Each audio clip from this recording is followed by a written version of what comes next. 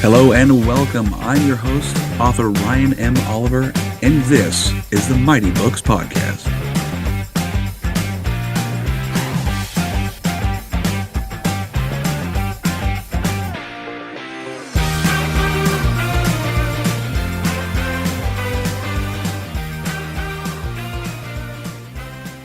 Hello, everyone. Welcome back to another episode of the Mighty Books Podcast. Today with me, I have JJ Ranson. Julie, how are you this fine day? I'm doing great. It's beautiful here in Virginia. Yeah, excellent. It's a little overcast in Washington, but that's normal for here. So I I've envy heard your that. sunshine. I envy your sunshine. We're looking forward to it. So we're here to talk about your books, your collection. What book are we talking about today, primarily? I think my debut novel, She Danced Anyway, historical fiction. Awesome. And what is She Danced Anyway about? A quick synopsis, nothing too detailed that gives away the story too much. Okay, it's about a young woman in 1920s New York City who is upper middle class. She loves to dance. She works in the public library. She's a researcher, and she wants to have an independent life. And of course, during that period of time, women, she went to Barnard College, but even women who went to college were still expected to just turn around and get married and have babies. And she really wanted, she lives at home. She's 22 and she wants to live on her own and kind of experience life without having to have a man around all the time. And of course, her mother in particular has strong opinions about that. And so it's a little bit about that and about her journey and how, and some men come into, it's not a romance, but some men come into her life that sort of make her question her choices, her thoughts, that she's attracted to them or whatever, but it is not a romance. So it's what is I guess the arc? Is it just her finding herself, her kind of becoming for independence? Her arc is really her learning about herself and about coming into her own. She is accustomed to things being done for her. Oh, okay. And so she gains a lot of agency through this story. She watches her friends get married, have other things go on in their life, and she doesn't want that. The other part of the story is the dancing part. So that's part of the historical narrative in the stories that because I use dancing. Hmm. Originally, I was going to write about the dance marathons. I don't know if you've ever heard that people would dance for 80 hours and some people even died on these dance floors. I mean, they just were so intent. But I decided not to focus on that and focused on the history of public dancing, the jazz age, the music, the flappers. So there were 11 newspapers working in New York City in the 20s. And almost all of them railed against public dancing. There were editorials, there were preachers, there were church ladies with signs. They protested these dance halls because they said it meant that women were being more promiscuous, the dancing was faster, that they were dancing closer to each other. So obviously everyone knows that the 20s are called the roaring 20s, and they did come roaring in, and they kind of a little whimpered out, perhaps we might say at the end, but with the depression. But they it was a cultural pivotal time. Women had just gotten the right to vote. Congress had passed a law, in Yes. 1920. But so women were coming in and kind of into a place of their own. But of course, older people are always going to resist that. So Yep. she started to find her voice a little bit in that. It's interesting that her parents really didn't prevent her and her sister from going dancing. I Yeah. explain it a little bit in the book that they did. There was commentary and there were sideways remarks about it, particularly from the mother. The father had two daughters, and he was a bit of a doting father. And I wouldn't say he was permissive, but he did listen to Elizabeth, is my main character, Yeah. and she he did have very adult meaningful conversations with her. That's excellent. So So, what drove you to write this? Like what was it interest in the era in because I mean yeah, it reminds me pulls obviously to like Footloose, the whole dancing yeah, is bad. It's the devil's definitely. whatever they called it in the movie. I can't remember. But yeah, and it's just that freedom of expression because they were definitely not as expressive back then as they are now. Where we probably are complete 180 from 100 years ago. The fact that we're in the Absolutely. 20s now is kind of crazy to think about. So yeah, what drove you to go down that avenue of historical fiction with the dancing in the 20s? Couple of things. I really enjoy historical fiction myself. I like to read it. Yeah. I started reading historical fiction when I was a kid. Mhm. Um, uh, I love world stuff set in World War II, but I would say it's been done to death, but there's a bit of a glut. Yeah. And I do have some favorite authors who have written in that era and love it. Actually, probably my first historical fiction it set in World War II is probably Herman Wouk. He wrote Winds of War and War and Remembrance, big, thick books. And I was reading them when I was, like 13 or 14. Wow. So, and they were pretty rough. I mean, they were very detailed. But anyway, so what happened was I decided to write late in life. I had it's kind of a personal event happen to me, and I thought that I might write a memoir about it, but decided to shelve that and kind of wander around in the fiction era. But I didn't really know what I wanted to do. So there's a I don't know there's a website, and I don't know, it's a nonprofit, I guess, called Shut Up and Write. Hmm. And a guy out in San Francisco founded Shut Up and Write. And um, this particular, I guess it was 2019, I stumbled across, they were doing a month of writing prompts. It was the fall of 19. And one of the prompts was listen to a piece of music and write a scene that could happen in, that it inspires you to write. Right. Well, I think I told you off mic that I am a bit nerdy and a bit of a geek. And when I was 15, one of the albums, not one of the first, but one of the earlier albums I bought of a long play record, for those of you people out there Hmm. who've never seen one, um, by George Gershwin, Rhapsody in Blue. That was the A side, and the B side was American in Paris. And obviously, American in Paris became a movie, became a Broadway show. So Rhapsody in Blue was one of my absolute favorite pieces of music when I was a teenager. Yeah. So my friends were listening to Pink Floyd, as was my brother. And I was listening to George Gershwin. And so, yeah, I did have trouble fitting in. So, but hey, most writers have that sort of fitting in, sort of, that we have our own stories, right? Almost works. So I wrote a scene about this girl, Elizabeth. She's coming out of the Upper East Side row house.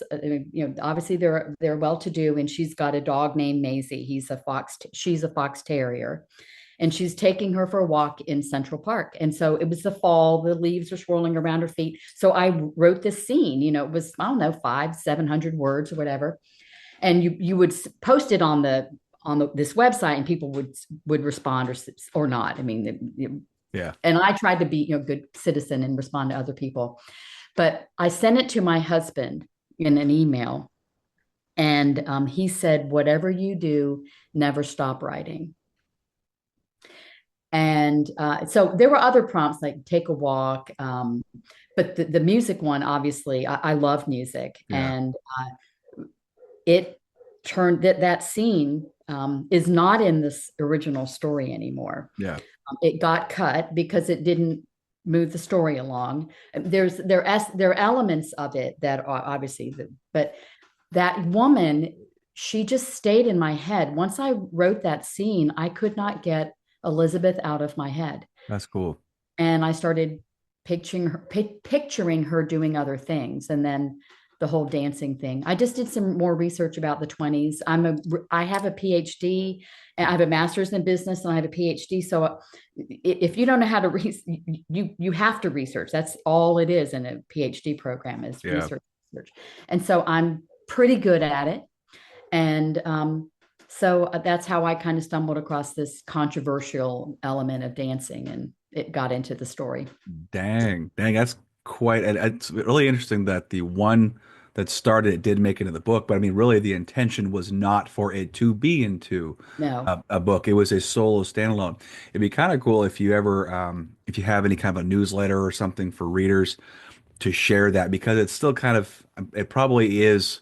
It's related to your book. It just doesn't drive, like I said, drive the story. yes, I'm finding more and more books I read on business and being an author and writing and trying to connect with your readers, that the best way is to share those kind of offhand weird scenes or inspirational stuff that just kind of comes out of nowhere that's related to your stuff but is not right, the driving force behind it. Apparently, it does a really great job of engaging folks, which is pretty cool if you're interested. I know we were just kind of briefly before we hit record talking about learning curve as an author. You coming into as prior a professor or a teacher, instructor at colleges, and then all of a sudden going writing as an author. It is such a different mindset when you start writing and marketing, promoting that whole world. We learn there's so much to learn. There's so much tools. What struggles have you dealt with as a fairly new still author from what right. 2024? Right. Yes. Yeah. Yes. So She Danced Anyway came out in June Yeah. and of 24. And then my second novel came out in December. Yeah. Um, so It's pretty fast paced, by the way. That's well, pretty impressive yeah, productivity. well, so, while She Danced Anyway was in the hands of an editor, but Hmm. prior to me finding the Wild Rose Press as my publisher, it was with an editor. And so I started writing because I had retired Hmm. early because my husband was sick. Hmm. Um, and so I finished the first draft of, so you said it was a fast pace. I finished the first draft of She Danced Anyway during NaNoWriMo Oh, in okay. November of 2020. Oh, okay. And I had Gotcha. retired October 1 of 2020. Gotcha. And Wow. I had been writing the story. I had about 20,000 words ish when Nano came, and it ended up being about 76,000. So, but I did get my 50. Yeah. I actually wrote the end. And so I wrote more than 50,000. So Gotcha. then, and then you're supposed to set it aside. And of course, the holidays were coming, and I love, love, love Christmas. Mhm. And so, and of course, my husband again was not well, Yeah. and so in 21 I ended up, so I won Nano. When you get, and I was in this contest on a Facebook group, and I won this editor in Georgia, and she did a free pass of my story the next summer of 21. So during 21, while she had it, I was kind of outlining and thinking, so while my husband, I lost my husband 3 years ago. April 9th this year will be 3 years since he passed. And so I had a lot of other things going on, a Oh, lot of yeah. care, and he was on a feeding tube, and just chemo, and all the thing was really Yeah. rough. Yes. And there's only so much creative stuff you can do in that, but it's also an outlet. It's a sort of it's both. It's both. Yeah. It's so Cuts both ways. yes. Yeah. So he and I watched a lot of Hallmark movies, Mm. and because he was amused, he was of course amused by them. He would say things like, "When's the guy from the city showing up in the three-piece suit?" This sort He of, he sounds would, like me when my wife yeah, he watches he those. was really cute about it. He was Yeah. really sweet. So I decided, sort of as an homage to that time, to write Hallmarky Christmas romance set here in Virginia. I live in the suburb in Chesterfield County outside of Richmond, Virginia. So it's set inside the city of Richmond. Mhm. And I went to Virginia Commonwealth University, which is in the city. And so I know the area extremely well. And so anyway, right now I have beta readers. That's the book that came out in December. Right Yeah. now, I wrote a series. I've decided to make a duology, a 2-book series. Cool. So the second book is with betas.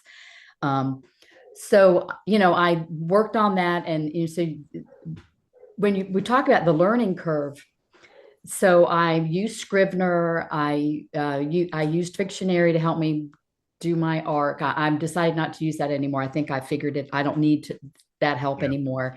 But but I think the business of publishing is Yeah. what I probably had to focus the most on. I mean, yeah, I've been a reader, a voracious reader my entire life. Doesn't mean that I can write a novel. Um, but I had to figure it out. I read books about, there's a book about how to write swoon-worthy romance, and it's by Victorine Lesky, and Mhm. it's actually very good. And so I read that, and I like to read. I loved Stephen King's on writing, Yeah, and I me actually, too. my next book that I've got to, my son gave it to me for a gift because and I asked for it. It was the oh gosh, Ray Bradbury's the Zen, the Art of the Zen. Hmm.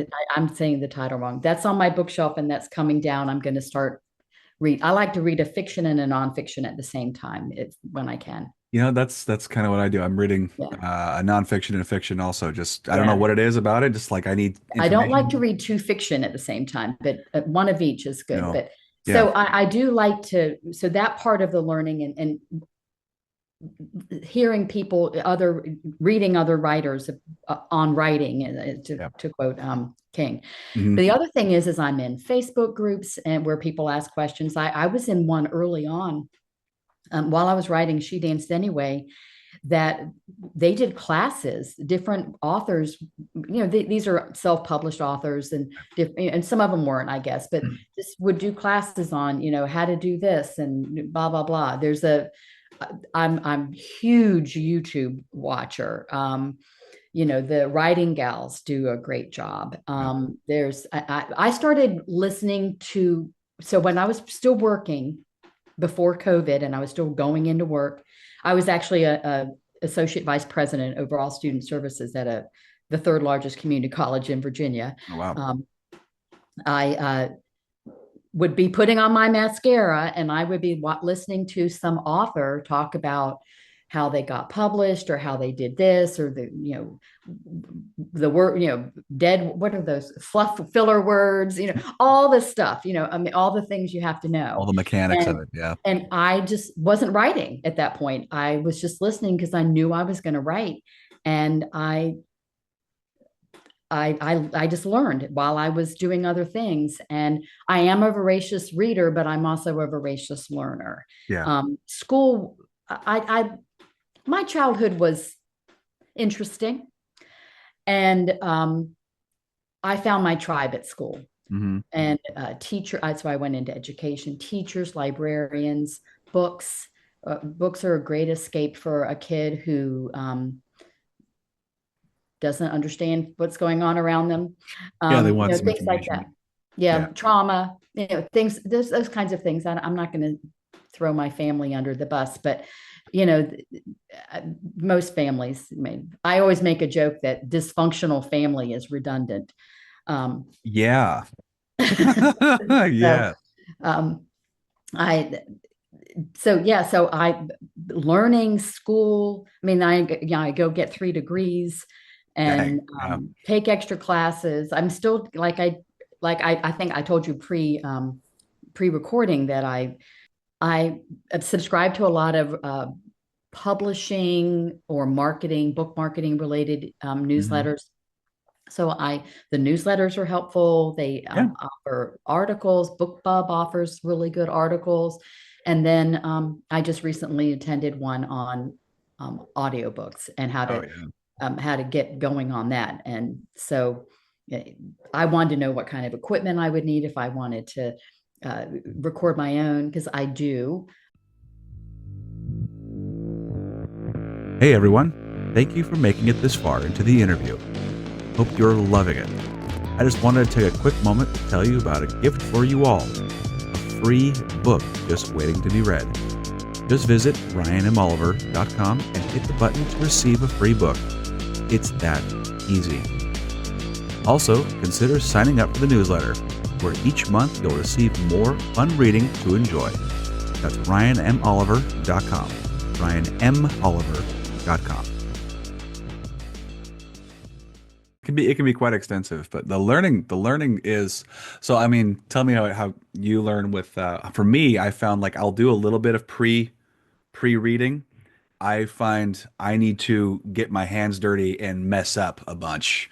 Like I find I need to fail a lot first before I actually like for some reason the experience is the lesson versus like I can read a bunch and I can digest the information, but until I put it to use, it just kind of sits there on a shelf and doesn't do anything for me.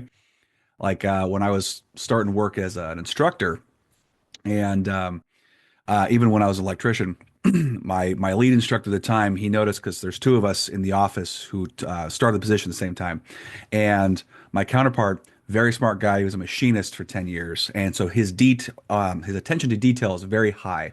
When you work Mhm. with thousandths of an inch, machining parts for large boats that are very high importance, you take good diligent care. My tolerance was not nearly as small, for what I used to do.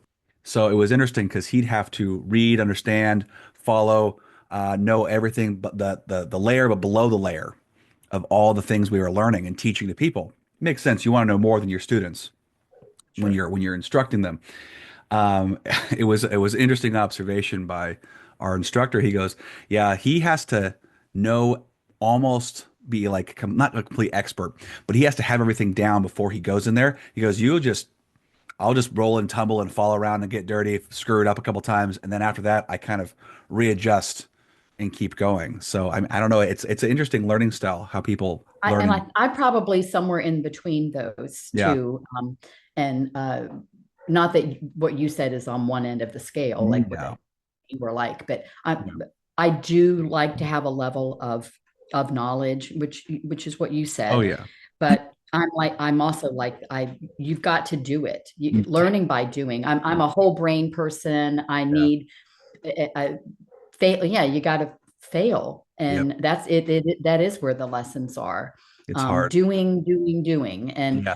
so it was kind of funny. Well, when you write a novel, so I'm an outliner, Yeah. and there's this whole thing of plotter versus pantser kind of thing, and I, I get it that some people just sit down and start writing, and they really are a pantser, Yeah. but a plotter doesn't plot every word that every character is Oh going to God, no. say.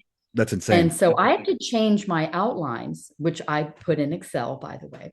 Oh really? I Yeah, I have to change my outlines all the time because my characters say something, and I'm like, whoa, I hadn't thought about that. Mm-hmm.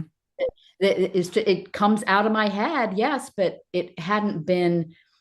It was somewhere buried in my brain, I guess, or it just comes because you're in the midst of things. I mentioned the research. So for She Mm-hmm. Danced Anyway, I she goes back to visit her favorite professor, who was something of a mentor to her, Yeah. what would have been a mentor, I suppose, in the 20s. Her name is Dr. Clara Sporian, and yeah, you have to make up names and everything. So you Yeah. have to go look up like what was a popular name, 30 years prior to this person being born. You can't do it for it's not a popular name in the 20s, it's a popular name in the 1890, right? So you have Yeah. to think of all these silly things. Oh yeah. But um, I decided that I wanted to understand this woman, even though she didn't have a huge role on the page. So I did some research on Barnard College, and in the mid 1920s, they had their first female dean. So though it was an all women college, most professors and all administrators were all male. Oh wow. And so there were women professors, but they were male. So the first female dean came into power, I would say that, in the Yeah. 20s. And she wrote a book, something of a memoir. And the only place that had it was Troy University in Alabama. And I was working at a college at the time because I was still at the college. I hadn't retired yet. And I actually have faculty emeritus status. I'm very blessed. So I Cool. still can use all their services. But they got me the book on interlibrary loan, college to college. And I just wanted to read what it was like to be a woman, because Mm-hmm. all you do is, so I read this book. I didn't read it cover to cover, but I read this book, and something I gleaned from it probably became a few sentences in the book, but it shows my facility with that time period. Yeah. And there was a preacher named John Staton. So I read a book about him. He was a preacher during the time, and he preached these messages against public dancing. And Mhm. so I was able to weave all that in. All So right. I'm my fourth novel. So my third novel, the second part two of the duology, Yeah. that's with betas right now. And I'll edit that when my Civil War novel goes to my editor. Ooh. It because they've given me a lot of feedback. When you write about millennials, I have three millennial children, but it doesn't mean I understand them at all. But anyway, so I love them, but don't understand everything. But uh, the Civil War novel, I went up to Frederick, Maryland and spent 2 nights up there. There's a National Museum of Civil War Medicine. Mhm. There was a docent there, this older gentleman named Bob, which was the name of my husband. He was adorable. He was probably older than my husband would be Yeah. today, but he said, "You've spent longer here than anyone ever has." I says, "I've read everything." And so, and I had questions for him and things, but yeah, I went to Gettysburg, I went to Antietam, I went, I did all the things That's that I fun. had to do. Well, it sounds like you're having fun with the research of it, like with that Civil War novel too. I mean, that's a lot of info, and there's so much to research too. And I mean, if you go down a rabbit hole, oh my God, there's a friend of mine who does researches Abraham Lincoln, and there's an incredible amount of information on him, Civil War. It's so hard to, pick and pull from. So I mean, it's good on you to actually go to those historic sites and actually feel what it's like, see what the area is. That definitely helps when you're starting to write it. That's for sure. Yes, I'm about 23,000 words in. Oh, look at you go! Yeah, you're producing like crazy. That's awesome. Well, I will tell you that I'm one of when you asked about what I have learned, Hmm. one of the things I have learned about myself is that I am not as disciplined as other people think I am. I mean, people think I'm like, oh, she's, Julie, she's a go-getter. She's, always go, go, go. And I am a bit like that, but I'm retired now. I live alone. I have two dogs. They're outside because I can hear one barking right now. But I have two dogs, and so they're the only ones I'm accountable to. And so I struggle sometimes getting myself in front of my computer to Yeah, write. And I know that I'm not alone. I hear the lament from many writers, many, and I many. think some of it is it it it's I feel overloaded sometimes because I have so many things I want to do in this novel, and I don't know how to get them on the page and how to organize it the right way. Right.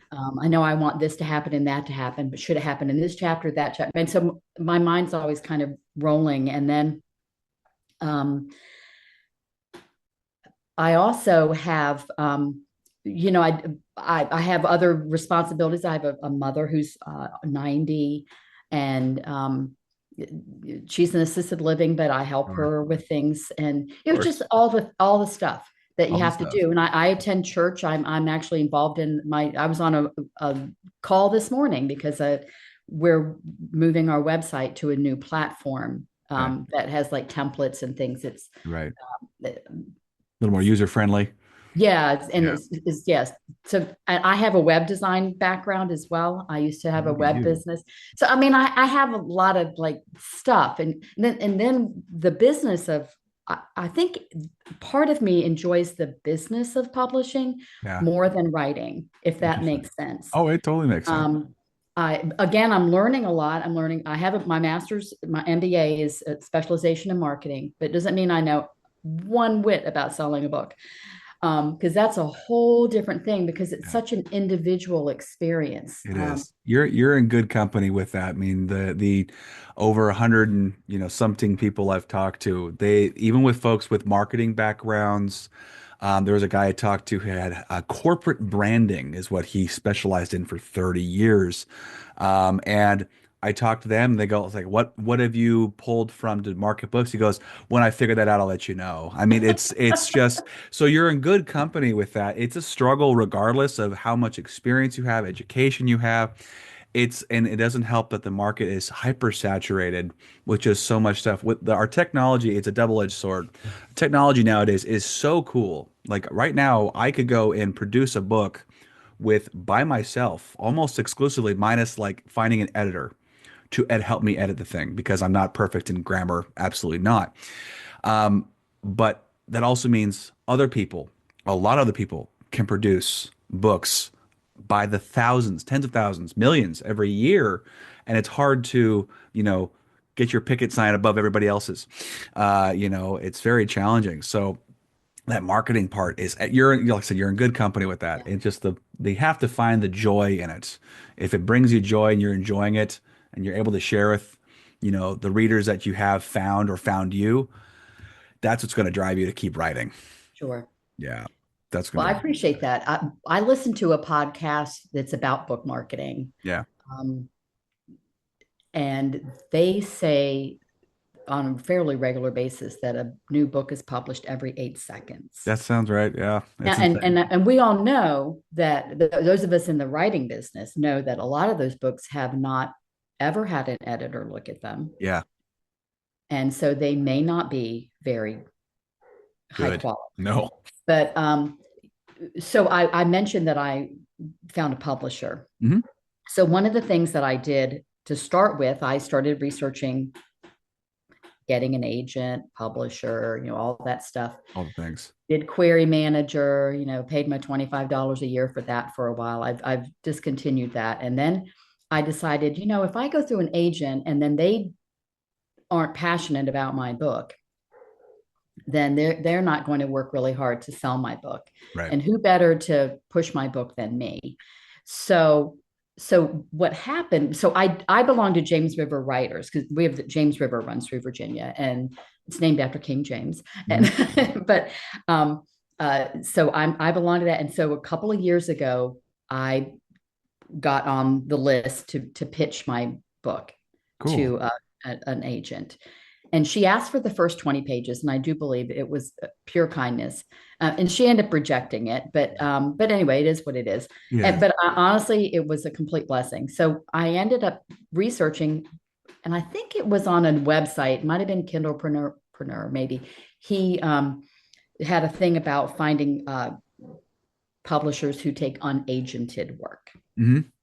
And so I thought, well, I'm older and I don't have as much time to get out there. So maybe I should just do that. So I found 10, 15 places and then went through and really analyzed all of their websites, all of their backlists to That's see good. which ones were the best fit for me. Heck yeah. And because it was also time too. So Wild Rose Press was one of the ones I pitched, and obviously they said yes. And then Yeah. they said yes to my second book because every book, with publishers, every book is unless you're, famous, like that other author I mentioned earlier. Yeah. There's no guarantee. You're just one contract at a time. Yeah. Yeah. So even with my series, so I pitched my first romance book, the one that got published. So I pitched it last February, and Mhm. it didn't come out until December. Yeah. Wow. Okay. Yeah. So Takes time. I have made a decision that I am going to self-publish There you go. from here on out. So my second book in the duology will be self-published, and I'm hoping to launch it in July and just do a whole Christmas in July thing. Oh, that's Because perfect. Hallmark does their thing, and is Yeah. that brilliant? Oh yeah. Oh yeah. That's totally true. Yeah. I totally Yeah, forgot. I'm like July, and they say Christmas in July. I'm like, duh. yeah, My yeah. wife, my wife will binge those I Hallmarky. watch them in July too. Yeah. It just I love Christmas, and She does too. I won't watch them every day or anything, but I'll Oh yeah. Yeah. It was I'll just take a gaze. yeah, a lazy day in a summer when it's really hot out. You're like, I don't want to go get Right. scorching hot. I know it's really hot in Virginia during that time frame, especially quite muggy too. So if you Extreme. can, Oh, the humidity is yeah, brutal. yeah, but when I first started writing, I assumed I would self-publish Hmm. just because it it's very hard to find an agent and a publisher. I mean, just it's just hard. So Yep. I took a lot of online classes, webinars about self-publishing. I have a Mhm. whole notebook filled There you go. with There you just go. self-publishing Yeah. stuff. And so my son-in-law came up with the name. I wanted to have my own company name, and it's called I stumble over it. Painted Pen Press. I like it. Three P's, paint a pen press. That Yeah. rolls off the tongue very nicely, by the way. So I bought 4 domain names, Oh, wow. and I just point them to a page on my regular website right Yeah, now. yeah, Because yeah. I doubt that I need to have a website for it unless I wanted to publish other people. And at this point, I don't think I'm going to do that. I just need to No. publish JJ Ranson. Yeah, I think that's excellent. And you know what I found, because I started the same way you did. Like actually originally I thought, okay, well, obviously when you're doing the whole, you're trying to learn how to become an author, how to get your book out. The first thing you're like, well, I got to get a book down first. And then you get something, you're like, well, what do I do with it once I have it? And you start looking into it. And of course I thought agents, publishers, and the more I researched, it almost seemed like the way of the publishing house isn't unnecessary. It's like almost unnecessary, depending on like how we can as self-publishers or self-published authors can do it. It's like, what are they going to do? They're going to put your book in front of people. Well, only for a short amount of time. Well, they can give you they can give you a book. Well, I can get myself a book. They can edit it. Well, that I can contract out for. Cover design, I can contract out for. And then I have complete ownership and decision rights on everything that comes out of your noggin. That is kind of like complete control over it.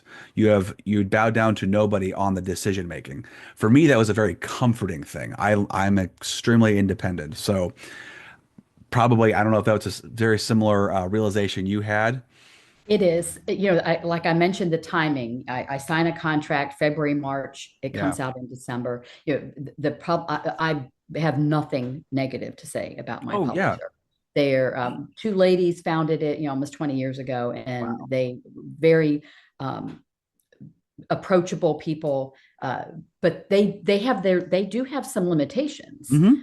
staffing and the like. I have an editor there, Nan, that I worked with on 2 books. Matter of fact, she was a historical fiction, but she wanted to work with me Yeah. with my next book, so Yeah. she did, and we have a great relationship. But the creative control part, they have a rule that you tell us everything you want your book cover to look like, and the cover artist, you can even pick the cover artist out of their stable. Right. And I absolutely adore my Mhm. Christmas cover. I mean, Yeah. I was like completely in love with it. And It's a very appropriate cover for it what is. I kind of wanted vector art. I wanted the whole it looks like great. Yeah. genre, very genre specific. Yeah. And so I was thrilled with it. And I mean, I like She Dance anyway, but I like my Christmas cover better. Oh yeah. And but the I have been using Canva Hmm. design for years. I've written 130 tutorials on how to do different things in Canva and Wow. things about graphics. I write on medium.com. That's how I got in 2020. I started blogging on Medium. Oh, okay. And I ended up with this publication where they did these short form 150 words. And so I write these really short tutorials on how, step by step, how to do something. And then I do a screencast video where I'm doing it in Canva and you Uh, can watch it. So my cover for the second book is done cool. and it is awesome. I did it. I designed it myself, but my 2 daughters and one of my beta readers, who's a very good friend of mine, but she's also brutally honest, so I trust her. They gave me feedback. Oh, I like this. I don't like the lights there. I do this. What if her hair was this color? All the things. All the You know, things. and it's brilliant. And so Yeah. I went to a book group, a neighborhood book group. A few weeks ago, and I put it on in a little frame, and I decided to share this. So they had read my Christmas romance book. So I decided that they would be the first people outside my family who had would see this cover of this Yeah. book that's coming out. And they were like, one of them said, "You designed this?" Yeah. I said, "Yeah, with a lot of help." She goes, "This is brilliant." So it's it's a really good cover. Yeah, that's awesome. But That's I oh, am cool. afraid of Ingram Spark. I went on there, I put before I decided to do this, I went on there and thought, what do you do if you want to publish a book? You want to print a book with them. And I went through all kind of like walked myself through all the steps and read all this stuff and thought, okay, I can do this. I'm not just going to throw out something, I'm going to, it's going to be as perfect as it As can be. perfect as you can be. Yeah. Yeah, Yeah. that Canva stuff is incredible. I've done a bunch of short story covers because Yeah. it's you need something like I love writing short stories lately while my big novel's being beta read, and I'm giving them several months to go through it. So I'm like, well, I'm kind of giving my novels a bit of a break, but I want to still be creative when I have a chance. And to market said thing, it's nice to have a visual. So I'm like, well, Mhm. why not try doing that? And the Canva thing is it's insane. Like I got hooked for like 4 or 5 days just making a cover or two for these short stories I've been writing, and it is a blast. It's addictive. It is addictive. I was just sending it, I was spamming my family like, hey, check this out, check this out. Like, what, you did that? I was like, yeah, does it suck? Like, no, it's actually really good. I'm like, oh, That's do awesome. it Yeah. again. I do all my social media in there. I pay the 120 a year so I can have the content planner and I schedule things Oh for a yeah. month. So I set aside a weekend and I spin out all my content. That's what I do It, too. I think I've cut back on some of my content because it's not going to sell any books. No. And it's really just to keep your audience engaged in things. And it's not, and it's just some, I do a writer, I do like quotes about reading, quotes Mm, about writing. I have a yep. Friday's humor. Okay. I've just, It's just it's, that you're active, but basically. that's hard too. I mean, sometimes I just see things other people post, I copy it, and then I brand it. I Yeah. change it up something, and if it's a Yeah. quote or whatever. But Yeah. I it's think. hard. I mean, it does require two different parts of your brain, your Mhm. creative brain, uh, to create marketing content and then also write. Yeah. I've been just I use the what do you call it? I have a page for Facebook and it's the Facebook Instagram. And then it has Me inside too. of that, it has like the meta business thing. And you can go Hmm. click that and plan everything out, which is huge game changer for me because Right. I'm busy as sin with family life and work and everything. So it's like, but I still do this and write. So gotta find time. So I'll just plan, like you said, I'll plan the stuff out. And it's very basic. I don't even like some of the stuff I barely even think about. It's just it's I have a pulse still. I'm around. But then there's the things that are really important that I send my subscribers from my website. And what it's really great is like I make those interactions and talk to people like yourself or people out in town and like, hey, yeah, I've got this thing, check it out. And then when we connect on social media, that's when I'll be like, I also have a newsletter if you're interested. And Right. so it's kind of like, you've already met these people, whether it be via online or in person. And then you kind of make those good connections. And over time, your list starts to get pretty beefy, which is kind of cool. That's kind of how I use social media nowadays. Yeah. I don't use it to sell books because it doesn't work. Like unless you are, Facebook adding like crazy, all these which I don't have an interest in doing. I probably should, but it's just not something I want to go learn. I'll be completely honest. I'd Right. rather be sell fewer books with more of a closer, tight-knit group right now. That's kind of where my head's at. That's where I can wrap my head around at least without the crazy ad stuff. And that's how I've been kind of accumulating, growing my audience is by using social media to kind of go ask, hey, are you interested? Kind of get permission from them to send them more, I would say personal information, more personal content Sure. come there, and then they can share and look at my free stuff and things you can purchase with a newsletter. That's what I've been using social media for. But the planning thing, oh my gosh, has been a game changer to be consistent. It's Right. so challenging, consistent, very, very hard. Yeah. Yeah, I agree. So I got onto TikTok. Oh, My really? my three millennial children said, "You must be on TikTok, mom." And so of course I'm not, it's not my face. I have done more, mostly it's been about She Danced Anyway. But I've been watching YouTube videos about how to be more effective on TikTok and Hmm. TikTok videos on how to be more effective as an author Yeah. and so and So I recently changed something up from something I learned, so I it just and I enjoy that, good. but it it is extremely time consuming because you mentioned the rabbit hole. Mm. I could just say, ooh, what if I did it this way? And then I just start making copies of it and fiddling with it and changing a color here and there. Yeah. And it is very, and I must get a dopamine hit from doing this stuff. Yeah. It obviously, I need that. But Probably to the betterment so you can actually engage. For me, it's like the opposite of a dopamine. It's like an anti-dopamine. Like I have no interest in doing it. It's hard enough for me to do the social media. I don't know what it yeah, is. I'm a weird I'm technically a millennial. I'm like an anti-millennial. I want less technology. It sounds like I oh, want to okay. throw my phone in the garbage. Like it Yeah, pisses me off more than anything. But good for you to embracing it and actually using it for yourself because it's only yeah. going to help you Thank you. with today's So, society. about newsletters. So Yeah. I grew my newsletter to over 200 people organically, Good job. which was pretty good from what Yeah. I hear other people say what they have. But I did get on BookFunnel and Story Origin, and to get to get subscribers, you have to give them something. And so Yes. I had to go in and decide how many chapters of each of my two books I was going to give away to grow Yeah. my audience. And I'm over 800 now. And I Good for didn't start you. until I started in October. Good for you. That's fantastic. They're not, some of them are actually engaged. And I've been surprised. I really tried I had to move providers because of the cost, that you have a Mm. head count limit on some for Yeah. free. So I had to move.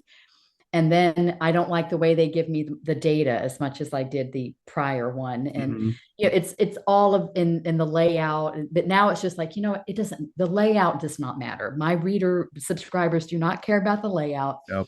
I made my own cute graphics in And, in Canva, of course, and it's all in my brand. And I have one going out tomorrow, and I cool. can schedule it, and it's not Yeah. done. But when you're in BookFunnel or Story Origin, so I'm paying an annual fee for both of these, Yes. and my goal is to decide which one is better for me because I don't think I need to have them both. Yeah. And so which one has sent me the most people? So I tag everyone who comes in so that I know who they came from. Oh, okay. Yeah, so and I can see it really, I can literally see it inside, but I can at least then see who my unsubscribers are inside Yeah. there. So that's really cool. So there's that data stuff that you have to have. So did that work? I'm just not quite there in what part of my newsletter did work. Yeah. What you have to do book funnel to get someone to find you, for the most part, they have to find you from someone else's newsletter. So Yes. you have to swap with another author. I had an author recently who did not do it at all. And he got 50 clicks from me and I got zero from him. Mm. I didn't say anything. It's in the data. Other Yeah. people can see that he's participated in so many and this is what's happened.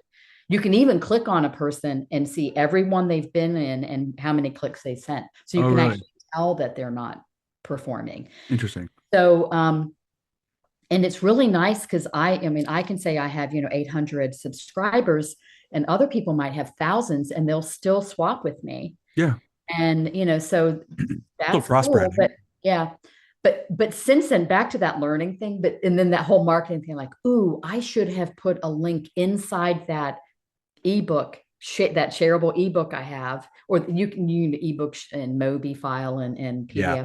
But I should have put in there like my playlist because I have a playlist for my all my books. Oh, I cool. don't have one for the Civil War book. I'm not sure that's possible, and I'm not sure it'd be that A enjoyable. lot of piccolos. Yeah. And violins. Fife and drum, War marches. snare Just drum. there you go. Just some snare That marches. sounds really depressing, doesn't Yeah, a it? little bit. And some Negro spirituals, which are always lovely. Swing low, sweet chariot, or whatever. I There suppose you I could go. do something like that. But yeah, but my other three have and so you can do all those things that sort of gifts to people and link to something else, and I don't know. I'm working, I'm still learning. I mean, and you have to learn about your reader too. So that's the other thing. You learn about subscribers, you learn about readers. It if you're not willing to learn, you are not going to be a successful author. I do believe that that is That's 100% true. essential. Yep, yep. I mean, we were talking about, Stephen King's On Writing. I listened to that audiobook about a year ago, and it was just so interesting that he was every night, every single day, every single night, he writes for 3 to 5 hours a day. Before lunch, I think he was, and then he goes, takes his walk, and he comes back and he does all those things and I think he does does family eight to stuff. 12 and then like 2 to 6 or something, or Something like that. something Yeah, like it's that. it's usually a morning writer till lunch, and then he basically is done for the day with writing, unless I something don't even sparks write him. that much in a week. Oh my God, I It's would love terrible. to. If I wasn't working full time, I would have a set routine. But with the I work 40 50 hours a week. It's just where do I have the time? I gotta sleep sometime. I got kids I'm raising, so it's like I like to see my wife every now and then. It's just so challenging when you're, actively working. It's so hard. I can't wait for retirement. Like I'll have time for the first time ever. But what was cool is he's also reading in the evenings, and he reads voraciously, fiction, mostly fiction, and that he goes that he just finds different ways and styles and words he wouldn't have encountered before, and that kind of weaves into how he does future stories. It's just like that. He's learning. He's still learning. The man's still learning, and he's been doing this a long time since but published since the 70s. I mean, he's been doing this for a long time. I think 70s. Yeah, The Stand came out in the 70s. Yep. I'm not a King reader. I read On Writing, obviously, twice. I've But I've read his stuff. They're very good. yeah, my husband liked him. Yeah. But I read The Girl Who Loved Tom Gordon, which most people have never heard of. And I liked that book, and I liked The Stand. And actually, I finished The Stand in January of 2020. Hey, you know what? I think that's about when I finished it. Well, do you know what it's about a Hmm. virus that kills Oh half yeah. most of the world. And Yeah. then COVID came. It was like, Yep. whoa, this is weird. Yeah. The Yeah. only Actually, thing about The Stand was it was like I had the paperback in it from the library, and it was like 1,400 pages long. I have the unabridged version, and it's a There's an fat hardback. unabridged version. There's an unabridged version. It Actually, could have stood for an edit. well, one second. Oh. Oh my It word. is you That's could kill someone with this enormous. thing. This thing is That's a gigantic. book stop, a door stop. It is a doorstop. It can stop a car. I mean, this thing's huge. This one is 1,147 pages. That's That's a hardcover though, this right? is a hardcover. Yeah, this is a hardcover. Okay, I'm sorry. 1,100 yeah, 1,153. It's insane. It's huge. Yeah. And Well, it the took me, paperback was yeah, 1,400 oh, plus. 100%. It is And a giant book. and It's it well could done. have stood some editing. There were some things in there like yeah. And Oh, oh yeah. I wasn't calling myself an author at that point. That's one of the problems when you start writing. I don't know if you encounter this, that I'm a bit more critical of the things I read. So am I. So am I. What was funny, I tell this story every once in a while. Like I'll start once people learned I wrote a book, especially in my job, they're like, Ryan, can you come look at this? And I'm like, do you really want me to look at this? Yes, I wanted to improve it. Okay. I'm like, guy, you realize I'm not like an editor, but you wrote a friggin' book. You should be able to know basic mechanics. I was like, yeah, okay. And I used to teach kids to write too. So like, so you know stuff. I'm like, okay, you got me. I know stuff. So I sat down, I would sit down and go over things. And one of my buddies was doing some program for a leadership program, and he had to write a couple essays. And so he handed it to me. And he was on the day shift, I was on swing shift. So during swing shift, I'm reading his stuff. Oh my God. I put it in his locker, and then he messaged me the morning after. He goes, Did did you just color the whole thing in red ink? I was like, write better, loser. It was just because it's a good back and forth. Right, He right. goes, oh my gosh. I'm like, there's some mechanical stuff. It looks worse than it actually is. And so we worked with it. It's just so funny. The amount of when you read something like that's wrong, that's clunky, this isn't right, this doesn't flow well, it's just automatic. And I see it in my own stuff and I fix it. Oh, It's so absolutely. weird. when you do, my editor has taught me a lot. So just from basic mechanics to how you flow things, and then just reading good literature helps too, kind of, Absolutely. regain your quality. So, or improve your quality, I guess I would say improve your quality. Mine is dialogue tags and stuff like that. Oh, That's okay. what gets me Yeah. in my own writing. That's Hmm. one of my weak areas Yeah. where sometimes you don't need them, but you stick them in because you want to have some other action going on too. And the reader doesn't always need all of, Oh, like said this person well, or not just the said, but even just because so there's obviously there's an action tag where it's not a verbalization like said, but it's Mhm. that they lifted something off the table or whatever after as they're saying it or whatever, and so Oh, I see. it becomes that part of it, almost like a dialogue tag. A Yeah. lot of Oh, that's okay. not necessary, and Not always. I don't like reading books that read like screenwriting where it's you know they walked 3 inches to the right. I mean, sometimes Oh, people, super detailed.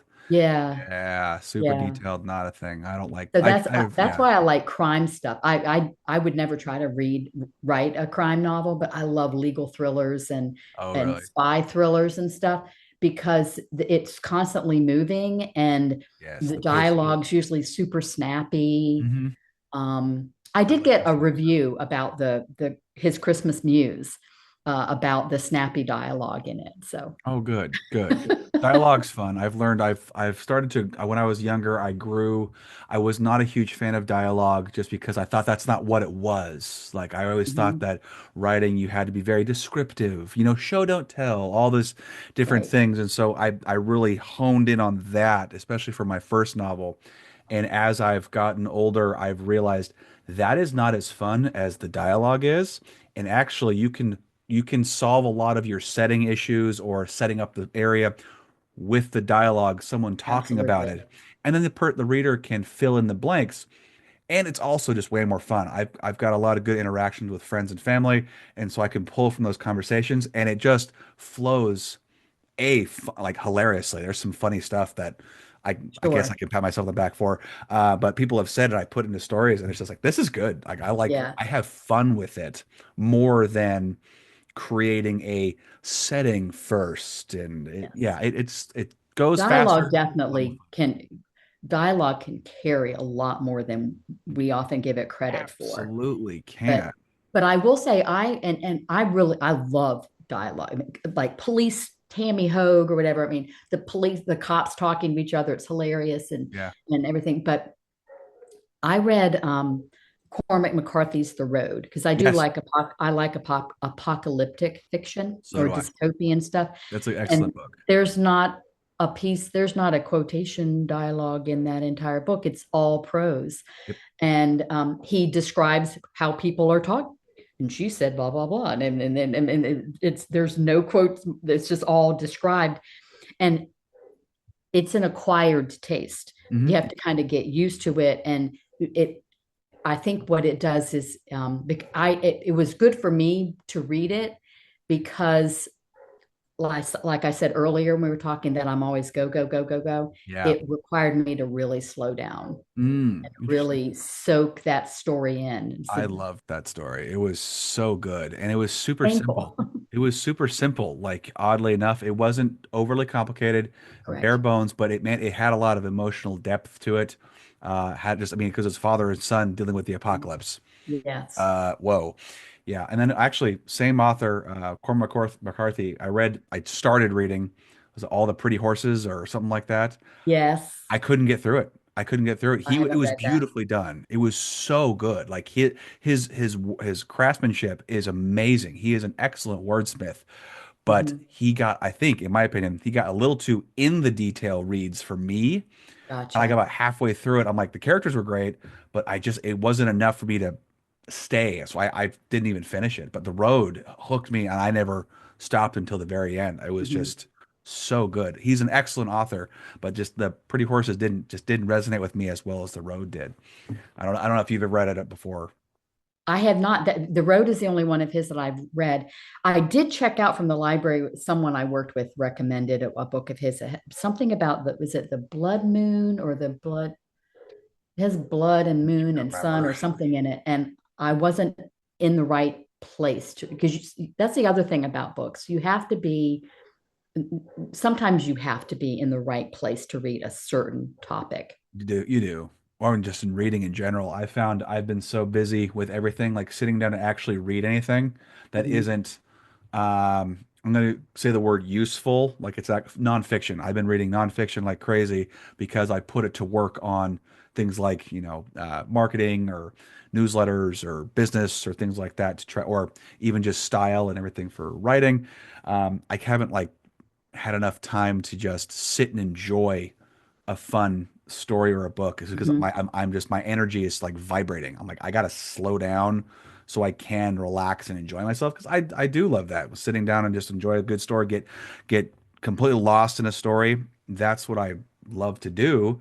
Haven't done it a whole lot lately. It's been so darn busy. So hopefully soon we can do that. But um, speaking of getting lost in a story, because it's kind of actually got to wrap up here, but I'm sure people want to know where they can find She Danced Away and your other Christmas duology. Where can they find you? Where can they find your books?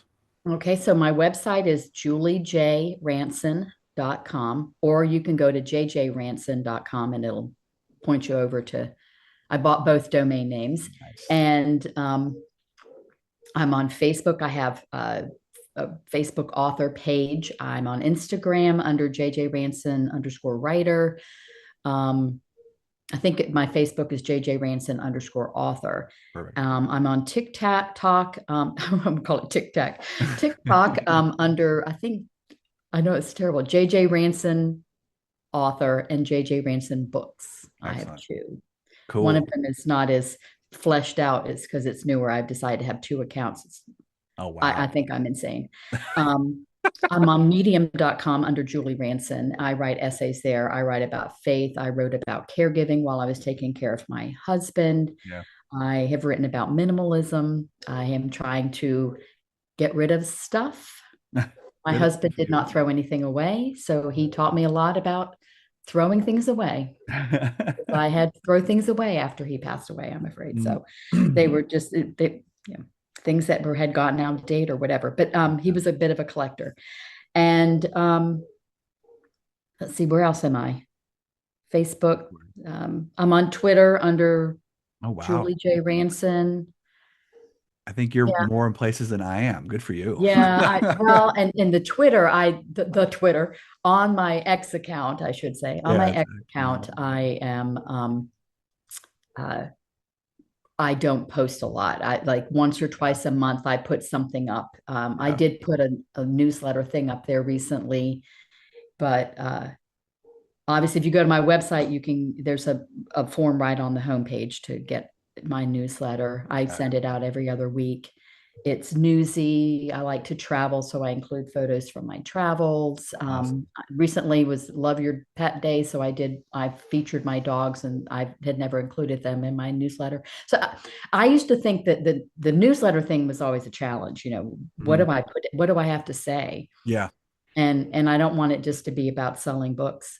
No, no, and that's It actually can't better be. that you That's don't. yeah. And so I promote other people's books. I talk about I actually read other people's newsletters and steal their ideas. Like I got one recently about what I'm reading now. Yeah, So I talk about what I'm reading. Um, that's great. I because mean, you're gonna have to. You can't have all the good it's a ideas. That's taking conversation another with place. my subscribers. And so I'm getting better at it. Again, it's a learning curve. You just got to jump in with both feet. And I've had the newsletter since like 2020. Oh, good It's for you. Good for yeah. you. I was late to the game. I was like, oh, a newsletter. I never thought about it until recently. I'm like, I need to do a newsletter. So I've just started, like I would say this year. Yep. I just started. That's My I can wait. website's been around since 2019.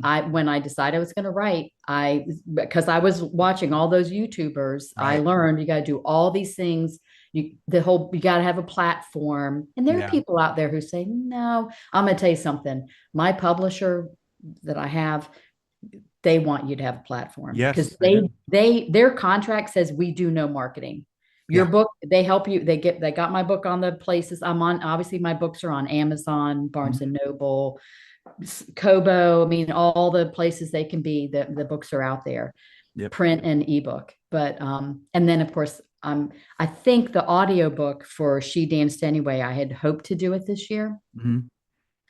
Because I do tend to bite off a little more than I can chew.